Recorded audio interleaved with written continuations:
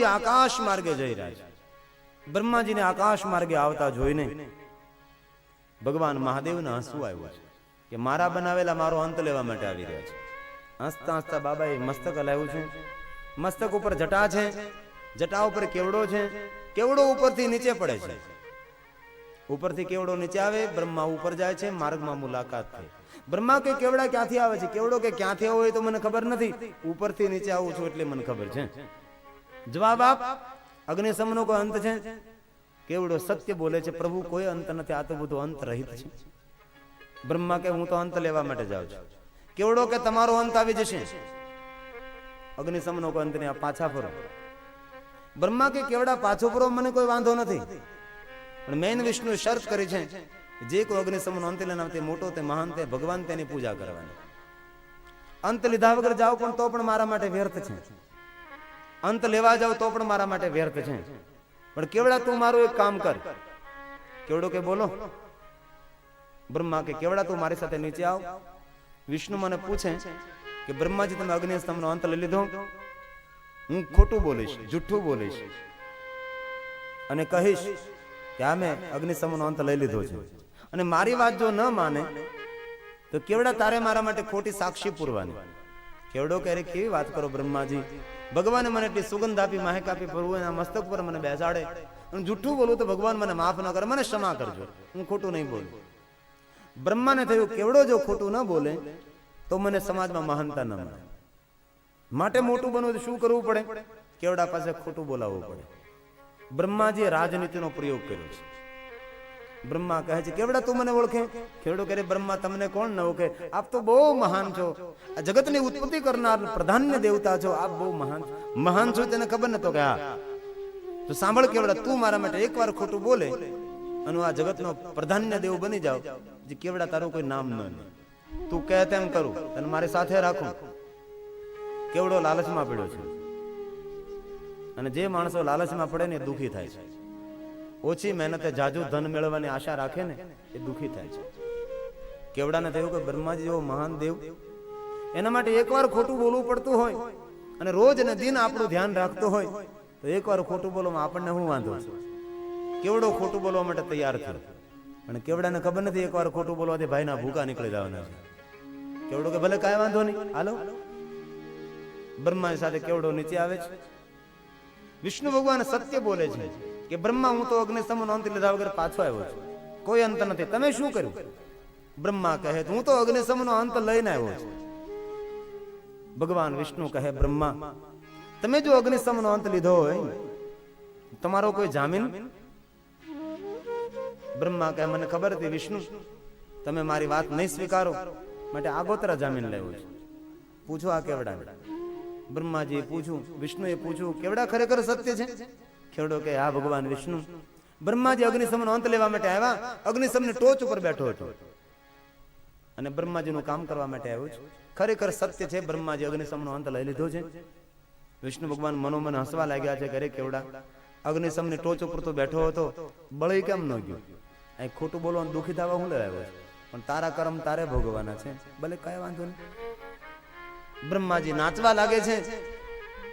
વિષ્ણુને કહેવા લાગે મારી પૂજા કરો, મારી પૂજા કરો, કારણ કે બ્રહ્મા જીતી ગયા ને, માટે ગામમાં ઢોલ વગાડે પછી કંકુ ગુલાલ ઉડાડે ગામમાં, કારણ કે જીતી ગયા ચૂંટણીમાં. બ્રહ્માજી નાચવા લાગ્યા છે. વિષ્ણુ ભગવાનને કહેવા લાગ્યા છે મારી પૂજા કરો, મારી પૂજા કરો. નક્કી થયેલું જે અગ્નિસ્તંભનો અંત લઈને આવે તેની પૂજા કરવી. આરતીની થાળી, પૂજાની થાળી તૈયાર કરી છે. બ્રહ્માજીની પૂજા થવા લાગી છે. ધર્મને ચિંતા થઈ ગઈ, હજી તો જગતની શરૂઆત છે, આવા ખોટા માણસોની પૂજા થવા લાગી છે, જગતનો કાર્યભાર આગળ કેમ ચાલશે? ધર્મે પરમાત્માને પ્રાર્થના કરી છે પ્રભુ બ્રહ્માજી જૂઠું બોલે છે અને ખોટા માણસની પૂજા થાય છે, આ ધર્મની પૂજા નથી, આ તો અધર્મની પૂજા છે, પ્રભુ મારી રક્ષા કરો. ધર્મે પ્રાર્થના કરી. આકાશમાંથી પાતાળમાંથી દિશાઓમાંથી અવાજ ગુંજવા લાગ્યો છે. અકાર ઉકાર મકાર ઓમના નાદ સાથે પ્રભુનું પ્રાગટ્ય, ઓમના નાદ સાથે ભગવાન મહાદેવનું અગ્નિશમમાંથી પ્રાગટ્ય થાય છે. બાબા ત્રીજું નેત્ર ખોલે છે, ત્રીજા નેત્રમાંથી કાળ ભૈરવને પ્રગટ કરે છે. ભગવાન મહાદેવ બ્રહ્માની સામે દ્રષ્ટિ કરીને કહે છે બ્રહ્મા તમને મેં એટલી તાકાત અને શક્તિ આપી, તમે જૂઠું બોલ્યા, તમે કપટ કર્યું, જાઓ બ્રહ્મા, હું તમને શ્રાપ આપું, તમારું કોઈ મંદિર નહીં, તમારી કોઈ પૂજા નહીં. જાઓ કાળ ભૈરવ, બ્રહ્માને દંડ કરો. કાળ ભૈરવ બ્રહ્માની પાછળ પડે છે. એ કાળ ભૈરવે નખ વડે બ્રહ્માજીનું મસ્તક ખેંચી લીધું છે અને કાળ ભૈરવને બ્રહ્મ હત્યાનું પાપ લાગે છે. અને બ્રહ્માનું જે મસ્તક કાપ્યું કાળ ભૈરવને હાથ સાથે લાગી જાય. અને કાળ ભૈરવનું બીજું નામ છે કપાલી. કપાલ એટલે ખોપરી. ખોપરી લઈને એ કાળ ભૈરવ ભમતા ફરે છે અને અંતે વિષ્ણુ લોકમાં જાય છે. અને ભગવાન વિષ્ણુ કહે છે, કાળ ભૈરવ, તમારે જો બ્રહ્મ હત્યાના પાપમાંથી મુક્ત થવું હોય તો તમે કાશીનગરમાં જાઓ. અને કાશીનગરમાં કાળ ભૈરવ જાય છે અને જે કપાલ હતી એ છૂટી જાય છે. અને ત્યારથી કાળ ભૈરવ કાશીનગરમાં નિવાસ કરે છે. અને કાશીનગરના કોટવાળ એ કાળ ભૈરવ છે. અને ક્યારેય કાશીનગરમાં જાઓ, મહાદેવનું દર્શન કરો, પણ જો કાળ ભૈરવનું દર્શન ન કરો તો યાત્રા પૂર્ણ નથી થતી. માટે કાળ ભૈરવનું દર્શન કરવું એ બહુ જરૂરી છે. શંકર ભગવાનની પૂજામાં પણ બ્રાહ્મણો વિદ્વાન કાળ ભૈરવની પૂજા પહેલા કરાવે, પછી શંકર ભગવાનની પૂજા થાય છે. ભગવાન વિષ્ણુએ પ્રાર્થના કરી છે, હે મહાદેવ, હે મહાદેવ, તમે બ્રહ્માજીને શ્રાપ આવ્યો, એનું મંદિર નહીં, તેની કે પૂજા નહીં, પ્રભુ એને દંડ મળ્યો. ભગવાન વિષ્ણુ કહે છે, મહાદેવ, બ્રહ્માજીને ક્ષમા કરો, બ્રહ્માજીને ક્ષમા કરો. મહાદેવજી વિષ્ણુની પ્રાર્થના સાંભળી પ્રસન્ન થઈને કહે છે, વિષ્ણુ, આપ ધન્ય છો. તમારે તો બ્રહ્માને સંહાર માટે પ્રાર્થના કરવી, તમે તો બ્રહ્માને રક્ષા માટે પ્રાર્થના કરો છો.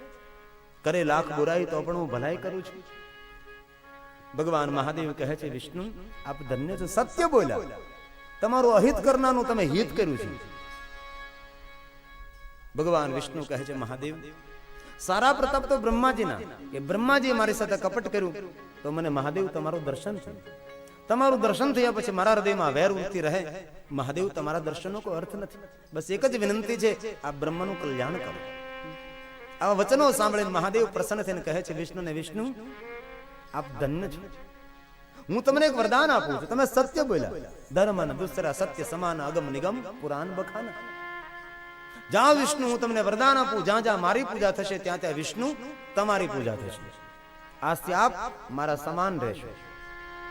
મહાદેવને સંતોષ ન થયો. મહાદેવ કહે વિષ્ણુને, વિષ્ણુ, તમે સત્ય બોલો, અહિત કરનારનું હિત તમે કરો, હું તમને મારા સમાન બનાવું, એ તો સત્યનું અપમાન થાય છે. માટે વિષ્ણુ, તમે મને જવાબ આપો, આ જગતનો ઈશ્વર કોણ? વિષ્ણુ કહે, મહાદેવ તમે.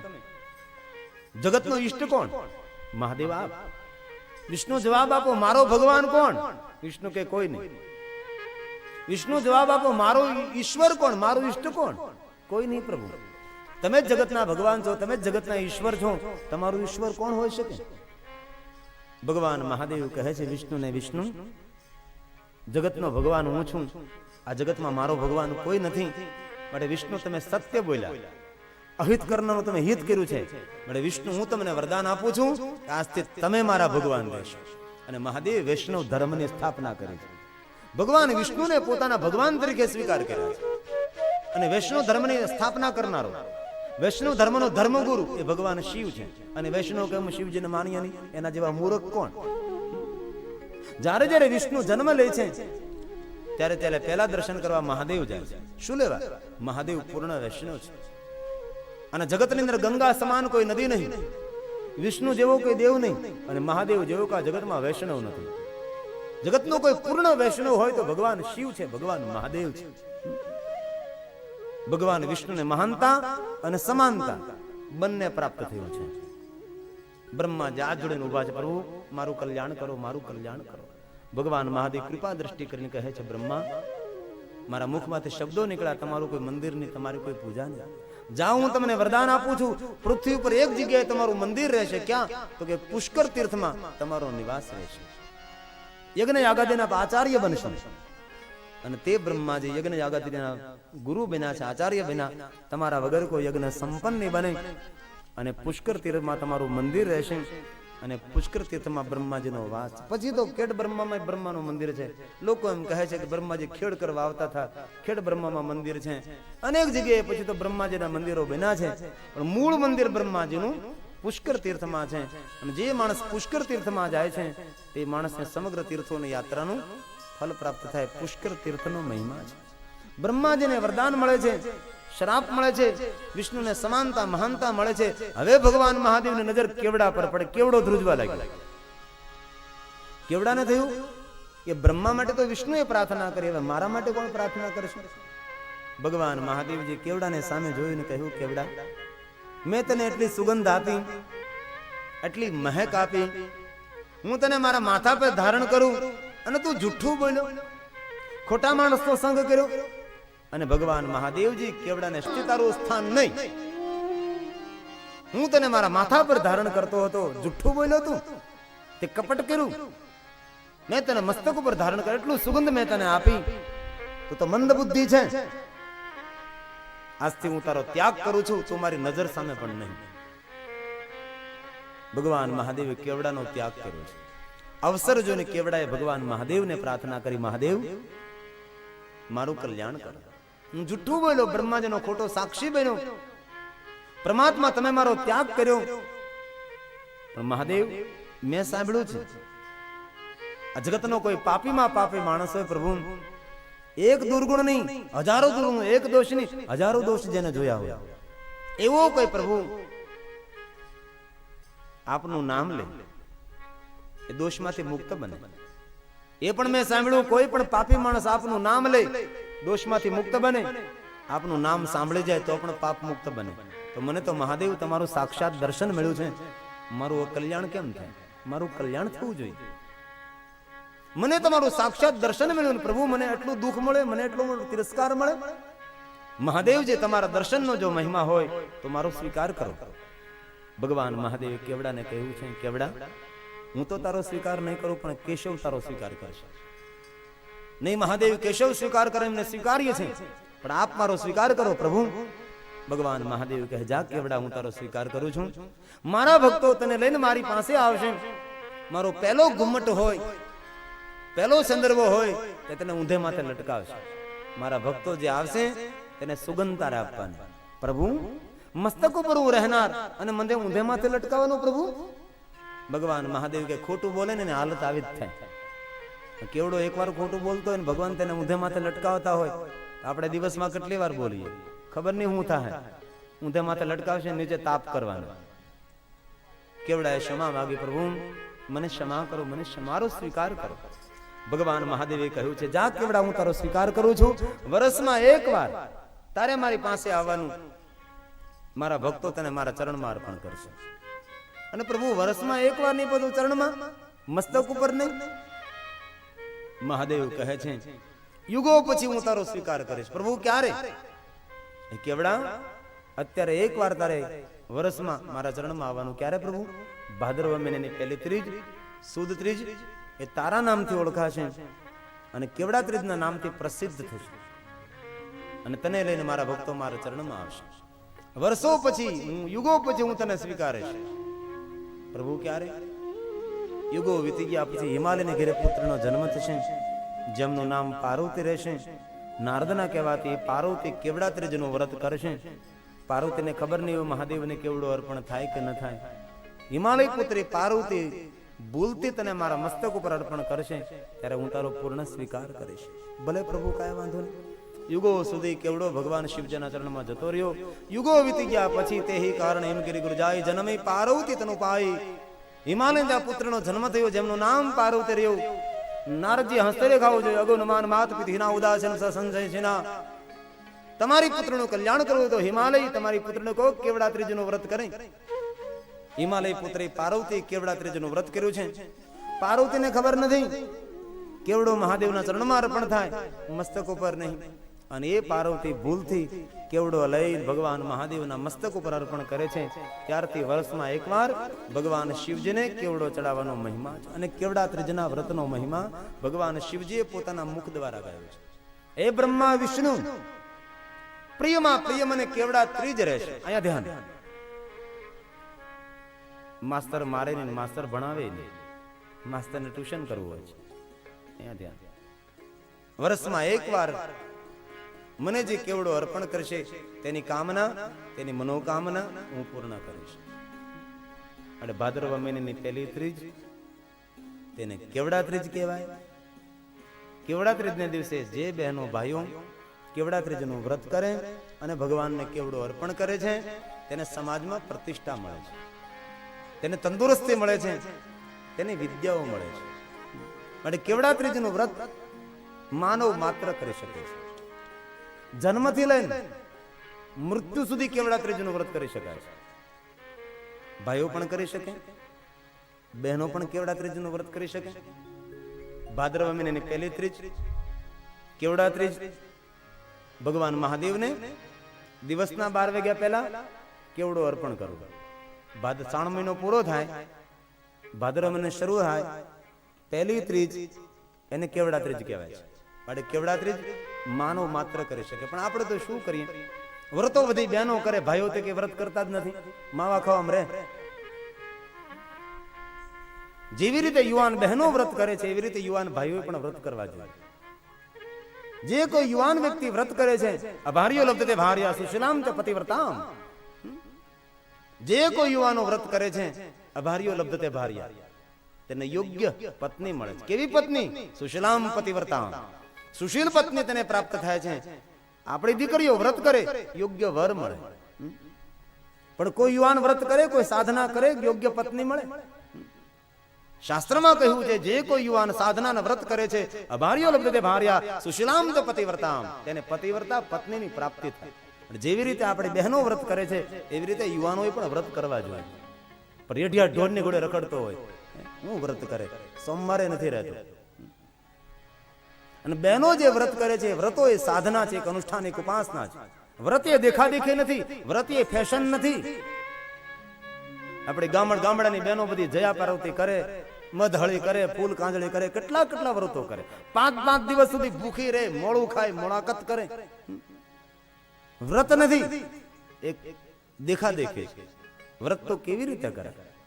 જાગરણ હોય તો આખી રાત ભગવાનને દીવો પ્રગટ કરી અને માં ભવાનીનું જાગરણ, માં શિવજીનું જાગરણ, પરમાત્માનું ભજન કરતા કરતા રાત વીતે. પણ કેવા જાગરણ કરે છે? આખા ગામમાં હળિયા પાટી, બીજા નંબરનું જાગરણ પત્તા ટીપીને, ત્રીજા નંબરનું જાગરણ ચોકઠાબાજી ટીપીને અથવા ધબ્બા ધબ્બી વાળા ફિલ્મ જોઈને. આવી રીતના તો જાગરણ કરે છે. આખી રાત પત્તા ટીપીને જાગરણ કરે, લગ્ન થયા પછી એનો પતિ તેને ટીપે, બીજું કઈ. હળિયા પાટી કરે, લગ્ન થયા પછી હળિયા પાટી જોઈએ, બીજું કઈ શાંતિ ન હોય એના જીવન. વ્રતે સાધના છે, વ્રતે અનુષ્ઠાન છે. એવી રીતે જાગરણ કરવું જોઈએ કે આખી રાત્રિ પરમાત્માનું ભજન રહે, આખી રાત્રિ પરમાત્માનું જાપ રહે, આખી રાત્રિ પરમાત્માનું કીર્તન. આવું જાગરણ કરનારી કેટલી બહેનો. એમાં જયાપ્રતનું વ્રત હોય ને અમારી યુવાન દીકરીઓ ભગવાનના મંદિરે પૂજા કરવા આવે. કેવો પૂજા બોલાવે, એવી હોપારી લાવે કે માળા કરીને સીધી પહેરી શકો તમે. અને બેનો દીકરીઓ જાય બધી વેપારી પાસે, જયાપ્રતનું રોજે પૂજા પણ સામગ્રી આપો. વેપારીને ખબર હોય, હળેલા ડબલામાંથી હળેલી હોપારી નાખે. અમે બધા મંદિરો વાળા છે, ખબર હોય, પૂજારીને ખબર હોય. વ્રતની હોપારી આવે ને બધી હળેલી હોય, અને હળેલી હોપારી ધરે, ભગવાનને પ્રાર્થના કરી, ભગવાન પતિ તો કે તેમને હળેલી હોપારી ધરે, એટલે પતિ તને હળેલો જા, વ્યસન અને ઘસન થી માવા ખાતો ને બીડા ફૂંકતો હોય એવો પતિ તને મળે. ભગવાનને વસ્તુ ધરો એ આપણા ઉપયોગ માટે લઈ આને તો સારી ભગવાનને અર્પણ કરવી જોઈએ. હા, તો ભગવાન માટે વસ્ત્ર સમર્પયામી, તો બ્રાહ્મણને પાણી ગાળવા એ કામમાં ન આવી એવી ધોત્યું ભગવાન અર્પણ કરે. વસ્ત્ર સમર્પ્યા, અરે હારું લાવો ને તમે માથે બાંધવા કેમ સરસ લાવો છો? ભગવાન અર્પણ હારી વસ્તુ કરો ને. અમુક દીકરીઓ થી ઝીણી ઝીણી હોપારી ભગવાનને ધરે, ઝીણકી. એની બાજુમાં આમલ્યો મૂકો તો આમલ્યો મોટો લાગે. એવી ઝીણી ઝીણી હોપારી જે ભગવાનને ધરે ને પતિ, એવું નથી કહેતો તમે, આપણે નથી કીધું. વ્રત એ સાધના છે, વ્રત એ અનુષ્ઠાન છે. જો કે આપણા જંગવળની બહેનો તો હારી હોપારી ભગવાનને ધરતી છે. આપણા જંગવળની તો આ કઈ વાત જ નથી, આ બીજા ગામનું જ અહીંયા હાલે. જંગવળની બહેનો તો વ્રત જાગરણ બધું સારું કરતી છે. માટે કેવડા ત્રીજનું વ્રત જન્મથી મૃત્યુ સુધી થઈ શકે છે. વડીલો કેવડા ત્રીજનું વ્રત કરે તો વડીલોના સંતાનો સુખી બને છે, એને તંદુરસ્તી મળે છે. માટે ભલે કેવડા ત્રીજનું વ્રત ન કરો, પણ કેવડા ત્રીજને દિવસે ભગવાનને કેવડો અર્પણ કરો. કેવડા ત્રીજને દિવસે થાય ને તો ઉપવાસ કરો. ઉપવાસ ન થઈ શકે તો ફળ આહાર કરો. ફળ આહાર કરે સંતોષ ન થાય તો એક ટાઈમ ફરાળ કરો. એક ટાઈમ ફરાળ કરે સંતોષ ન થાય તો 2 ટાઈમ ફરાળ કરો. 2 ટાઈમ ફરાળ કરે સંતોષ ન થાય તો 3 ટાઈમ ફરાળ કરો. 3 ટાઈમ ફરાળ કરે સંતોષ ન થાય તો 1 ટાઈમ ભોજન કરો. વ્રત 1 ટાઈમ ભોજન કરીને કરી શકાય. અને પછી તો શું કરીએ? 1 ટાઈમ ભોજન કરીને સંતોષ ન થાય તો 2 ટાઈમ, પછી 2 ટાઈમ ભોજન કરે સંતોષ ન થાય તો 3 ટાઈમ. એમાં તો હોશિયાર છીએ આપણે. 3 ટાઈમ 4 વખત ખાય છે. રોંઢો કરે, રોંઢો અત્યારે રોંઢાંટાણું થયું. આ રોંઢો શબ્દ આપણો સૌરાષ્ટ્રનો છે, બીજા કોઈને ખબર ન પડે રોંઢો એટલે હું. કેવડા ત્રીજને દિવસે ભગવાન મહાદેવને કેવડો અર્પણ કરો. અને જો કેવડો ન મળે તો શિવાલય મહાદેવનું દર્શન કરવા જાઓ અને માનસિક રીતે ભગવાન મહાદેવને કેવડો અર્પણ કરો. આદિ જગતગુરુ શંકરાચાર્ય મહારાજે શિવ ભક્તો માટે આ માનસ પૂજાની રચના કરી. બનેલી મીઠાઈ મહાદેવને અર્પણ કરો, દધીયુતમ. વિશેષ પ્રકારે મહાદેવને ખીર અર્પણ કરો. ભગવાન શંકરને ખીર બહુ વાલે માટે સોમવાર હોય, રવિવાર હોય અને ગુરુવાર હોય ત્યારે ઘરમાં ખીર કરો, ભગવાન મહાદેવને અર્પણ કરો. અને કોઈ બાળકોને, કોઈ બાલિકાને, કોઈ સાધુને, કોઈ બ્રાહ્મણને, કોઈ સંન્યાસીને ખીરનું ભોજન કરાવો તો આપણા કુળમાં દરિદ્રતા ગરીબાઈ ના આવે. ભોજનમાં મહાદેવને ખીર પ્રિય છે અને ફલોમાં મહાદેવને રંભા ફળ અતિ પ્રિય છે.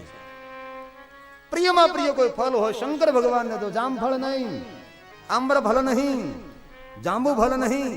મહાદેવને પ્રિયમાં પ્રિય ફળ હોય તો શ્રીફળ નહીં, રંભા ફળ મહાદેવને બહુ જ વાલામાં વાલું છે. માટે શંકર ભગવાને જ્યારે પૂજા કરો, નૈવેદ્ય અર્પણ કરો ત્યારે નૈવેદ્યની સાથે મહાદેવને રંભા ફળ પણ અર્પણ કરો. રંભા ફળ એ આયુર્વેદિક ઔષધિ છે. રંભા ફળ ખાવાથી જઠરાગ્નિ શાંત બને. રંભા ફળ ખાવાથી માણસના રૂપમાં વૃદ્ધિ થાય. રંભા ફળ ખાવાથી આયુષ્યમાં વૃદ્ધિ થાય. રંભા ફળ ખાવાથી માણસનું તેજ વધે. રંભા ફળ ખાવાથી માણસના વાળ વધે. રંભા ફળ ખાવાથી તેની દિવ્યતા વધે. રંભા ફળ કુદરતનો ક્રીમ રોલ છે. માટે માણસે ભોજન કર્યા પછી 1 થી 2 રંભા ફળ ખાવા જોઈએ. ભાઈઓ તો ઠીક છે, પણ બહેનોએ તો ભૂલા વગર રંભા ફળ ખાવા જોઈએ. જે બહેનો ભોજન કર્યા પછી 2 રંભા ફળ ખાય છે તેની મુખાકૃતિ અતિ દિવ્ય રહે છે. માટે રંભા ફળ ખાવાથી રૂપ વધે. માટે ભોજન કર્યા પછી દરેક બહેનોએ દરરોજ રંભા ફળ ખાવા. 2 તો અચૂક ખાવા. બેનો કે રંભા ફળ જોયું નથી, ખાવું ક્યારે? રંભા ફળ એટલે કદલી ફળ. કદલી ફળ એટલે કેળા. મહાદેવને બહુ જ વાલા. કેળા એ કુદરતનો ક્રીમ રોલ છે. એક સત્યનારાયણ ભગવાનની પ્રસાદમાં કેળા હોય અને શંકર ભગવાનની પૂજામાં કેળા હોય. રંભા ફલમ પાનકમ. ભગવાન શિવજીને રંભા ફળ પ્રિય છે. એટલે શંકર ભગવાનના દર્શન કરવા જાવ ને ત્યારે મહાદેવને રંભા ફળ અર્પણ કરો, કેળા અર્પણ કરો. માટે દરેક માણસે તંદુરસ્ત રહેવું હોય તો ભોજન કર્યા પછી ઓછામાં ઓછા 2 કેળા ખાવા. કેળાને રંભા ફળ કહેવાય. રંભા નામની અપસરા એમને અતિ પ્રિય રંભા ફળ કેળા. મહાદેવને તેની પૂજા કરી હતી, ફલો વડે બાબાની પૂજા કરી હતી. અને ભગવાન શિવજીએ વરદાન આપેલું કે આ ફળ તારા નામથી ઓળખાશે. અને કદલી ફળને પછી નામ પડ્યું છે રંભા ફળ. રંભા નામની ઇન્દ્રની અપસરા છે. રંભા, કુંજથલા, મેનકા આ બધી અપસરાઓ છે. માટે બહેનોએ રંભા ફળ વધારે ખાવા. પણ શરદીનો કોઠો હોય ન ખવાય, નકર બંધ થઈ જાય. ભગવાન શિવજીની જ્યારે માનસિક પૂજા કરો છો ત્યારે મંદિર લાકડાનું નહીં, પથ્થરનું નહીં. અને જેના ઘરનું મંદિર સુંદર હોય ને એનું ઘર પણ સુંદર હોય છે. અને જેનું મંદિર સુંદર તેનું ઘર સુંદર, અને જેનું ઘર સુંદર તેનું જીવન પણ સુંદર હોય છે. ઘરમાં મંદિર તો એવું હોવું જોઈએ કે ભગવાનને આવીને ત્યાં બેસવાનું મન થાય. અમુકના મંદિર તો જોઈએ, ઓહો એવા હાઢુઆ હોય, એ મૃત વાટો પડી હોય ને ગંધાતું બધાયું હોય ને કેવું ગંદુ હોય. અને ઘણાને તો ખબર નથી પોતાના મંદિરમાં ગણપતિ છે કે નહીં. ગણપતિની ગાડી કરીને છોકરાઓ આંટા મારતા હોય છે. આવા તો મંદિરોની હાલત છે. મંદિર તો એટલું રૂડું રૂપાળું ઘરમાં હોવું જોઈએ કે મંદિરની સામે બેસતા જ આપણને વાહ વાહ પ્રભુ વાહ. પણ એટલે અવડા ટીવી છે, મંદિર નથી. આગલા રૂમમાં મોટા ટીવી ગોઠવા, દૂરદર્શન ને ખોરવનારા, અંતરદર્શન ને ખોરવનારા દૂરદર્શન. મન દ્વારા જયારે મંદિર બનાવો ત્યારે લાકડાનું નહીં, પથ્થરનું નહીં. મન દ્વારા જયારે મંદિર બનાવો ત્યારે કંજૂસ નહીં બનો. મારો કવિ કહે મંદિર રૂપાનું મૂર્તિ સોનાની, મંદિર રૂપાનું મૂર્તિ સોનાની. મારા બાબાને શોભે હીરા મોતીને, મારા બાબાને શોભે હીરા મોતીને. શીશ પર ગંગાની ધાર, મન મારું પાવન થાય. દર્શન થાય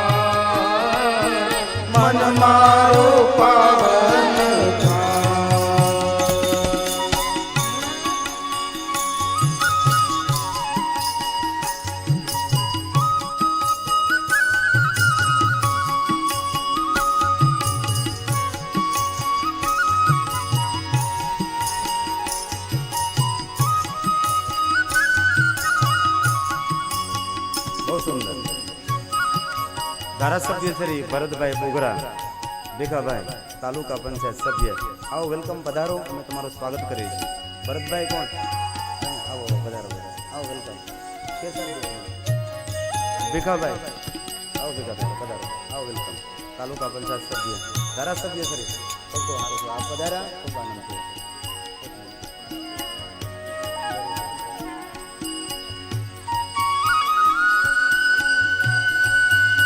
સમય કાઢીને ખૂબ ધન્યવાદ.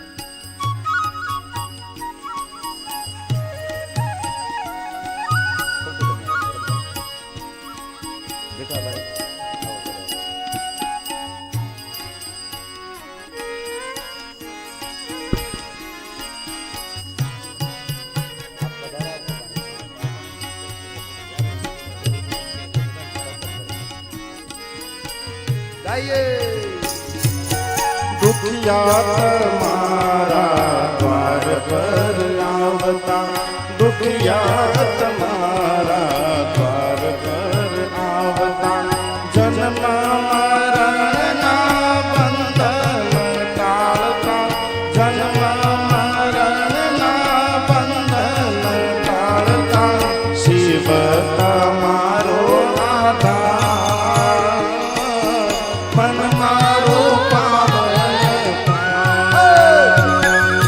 શિવ તમારો આધાર, મન મારો પાવન, ભોળા તારા દર્શન મન મારો પાવન.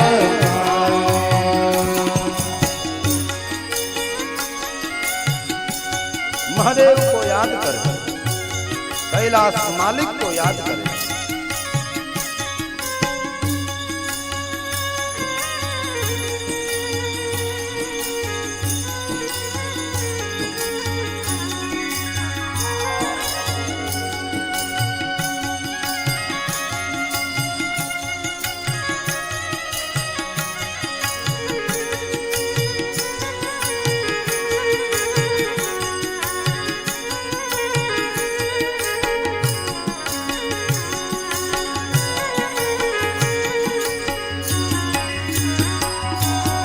હાર ગુલાબનો હાથે હે મહાદેવ, હાર ગુલાબનો હાથે પહેરાવો, બિલ્વા પત્રનું પાન ચડાવો, બિલ્વા પત્રનું પાન ચડાવો, નાવ ઉતારો ભવ પાર, મન મારો પાવન,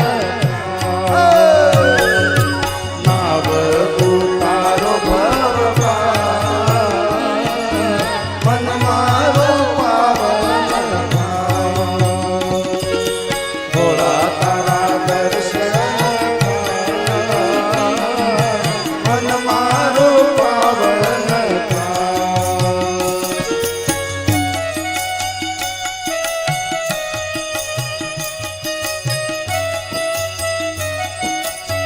महादेव को याद करे, कैलाश मालिक को याद करे, ब्रह्मांड मालिक को याद करे. हे महादेव,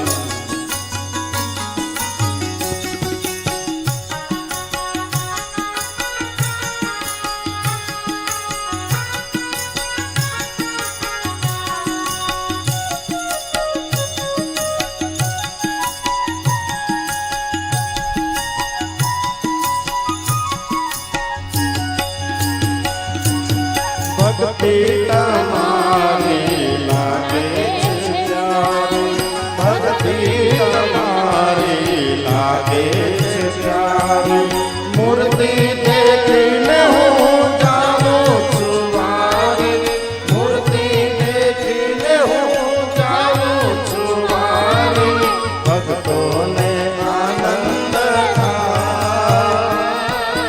મન મારો પાવન, ભક્તોને આનંદ થાય,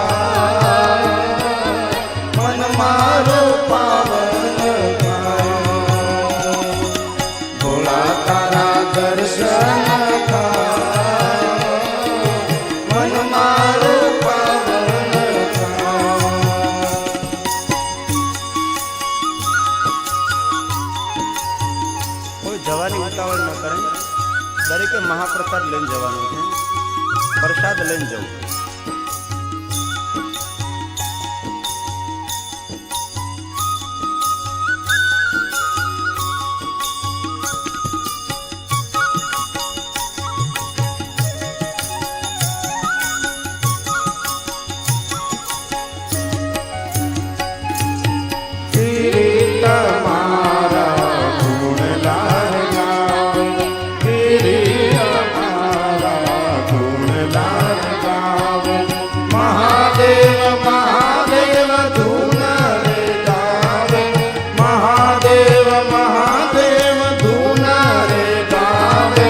ચરણોમાં રાખો સદા,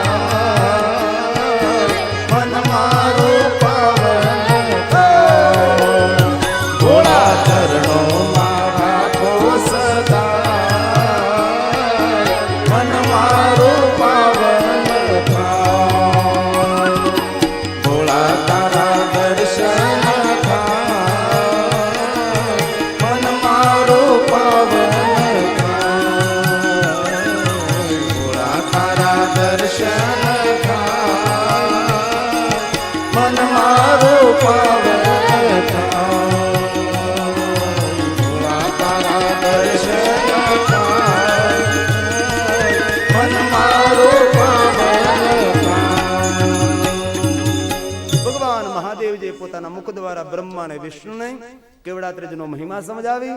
ભગવાન મહાદેવે કહ્યું છે, હે બ્રહ્મા વિષ્ણુ, આજે હું અગ્નિ સમાથી પ્રથમ નાદ રૂપે પ્રગટ થયો. અકાર, ઉકાર, મકાર જેમને સૂક્ષ્મ પ્રણવ કહેવામાં આવે. ઓમને વિસ્તાર કરી ઓમની વ્યાખ્યાઓ કરે છે. સ્થૂળ પ્રણવનો વ્યાખ્યા કરી તેનો વિસ્તાર કરી અંતે ભગવાન મહાદેવે કહ્યું છે, હે બ્રહ્મા વિષ્ણુ, આજે હું અગ્નિસ્તંભમાંથી પ્રગટ થયો છું, માટે આજના દિવસને રાત્રિના નામથી ઓળખવામાં આવશે અને તે દિવસને આપણે મહાશિવરાત્રિ કહે છે. અને ભગવાન મહાદેવે પોતાના મુખ દ્વારા કહ્યું, હે બ્રહ્મા વિષ્ણુ, મને આજથી પ્રસન્ન કરવા માટે અગ્નિસ્તંભ લિંગાકાર બને છે અને લિંગ પ્રગટ થયું છે. ભગવાન મહાદેવે પોતાના મુખ દ્વારા બ્રહ્મા અને વિષ્ણુને લિંગ પુરાણની કથા કહે છે. બ્રહ્મા મુરારી સુરાચિત લિંગમ નિર્મલ ભાષિત શોભિત લિંગમ જન્મજ દુઃખ વિનાશન લિંગમ તત્ પ્રણમામિ સદાશિવ લિંગમ. લિંગ પુરાણનો વિસ્તાર કરી મહાશિવરાત્રિનો મહિમા ગાયો, કેવડા ત્રીજનો મહિમા ગાય, અકાર ઉકાર મકાર ઓમ સૂક્ષ્મ પ્રણવનો મહિમા ગાય, સ્થૂળ પ્રણવ નમઃ શિવાયનો મહિમા ગાય. ભગવાન મહાદેવે સુંદર બ્રહ્મા અને વિષ્ણુને કથા સંભળાવી છે. ત્યાર પછી શિવ મહાપુરાણની અંદર રુદ્ર સંહિતાની અંદર બીજો ભાગ છે સતીખંડ, જેને કહેવાય છે. આજ કથાનો ચોથો દિવસ માટે સતી પ્રાગટ્ય મહોત્સવ ઉજવવાને કારણે બધી જ કથાઓને મનોમન દર્શન કરતા સતી પ્રગટી તરફ કથાનો પ્રયાણ કરીએ. એક સમયે બ્રહ્માજી પ્રજેશ માલિક દક્ષની પાસે જાય છે અને એ કથા શિવપુરાણમાં લખી છે. એક શ્લોકમાં સુની આપ. એતસ્મિન્નંતરે દેવ મુને લોક પિતા તત્રાગમયં પ્રેત્યા જ્ઞાત્વા ચ ચરિતં. બ્રહ્માજીનું આગમન થતા પ્રદેશ માલિક દક્ષ પિતામાં બ્રહ્માજીનું સ્વાગત અને સન્માન અને બહુમાન કરે છે. પધારો બ્રહ્માજી, પિતાજી પધારો. આપ મારે આંગણે આવ્યા, મારું આંગણું પાવન થયું. આપના દર્શન થતા, આપનું આગમન થતા મને બહુ જ આનંદ થયો છે. પ્રદેશ માલિક દક્ષ પૂછે છે, હે પિતાજી બ્રહ્મા, પ્રદેશ નગરમાં મારે આંગણે આવવાનું કોઈ હેતુ, કોઈ પ્રયોજન, આગમનનું કોઈ કારણ આપ મને કહો. બ્રહ્માજી કહે છે, હે પ્રદેશ માલિક દક્ષ, તું મહાન સતાધીશ છે, તું મહાન ધનવાન છે, તારી કીર્તિ આસમાનમાં છે, તું બહુ જ મહાન છે પ્રદેશ. પણ હે પ્રદેશ માલિક દક્ષ, તારું જીવન વ્યર્થ છે.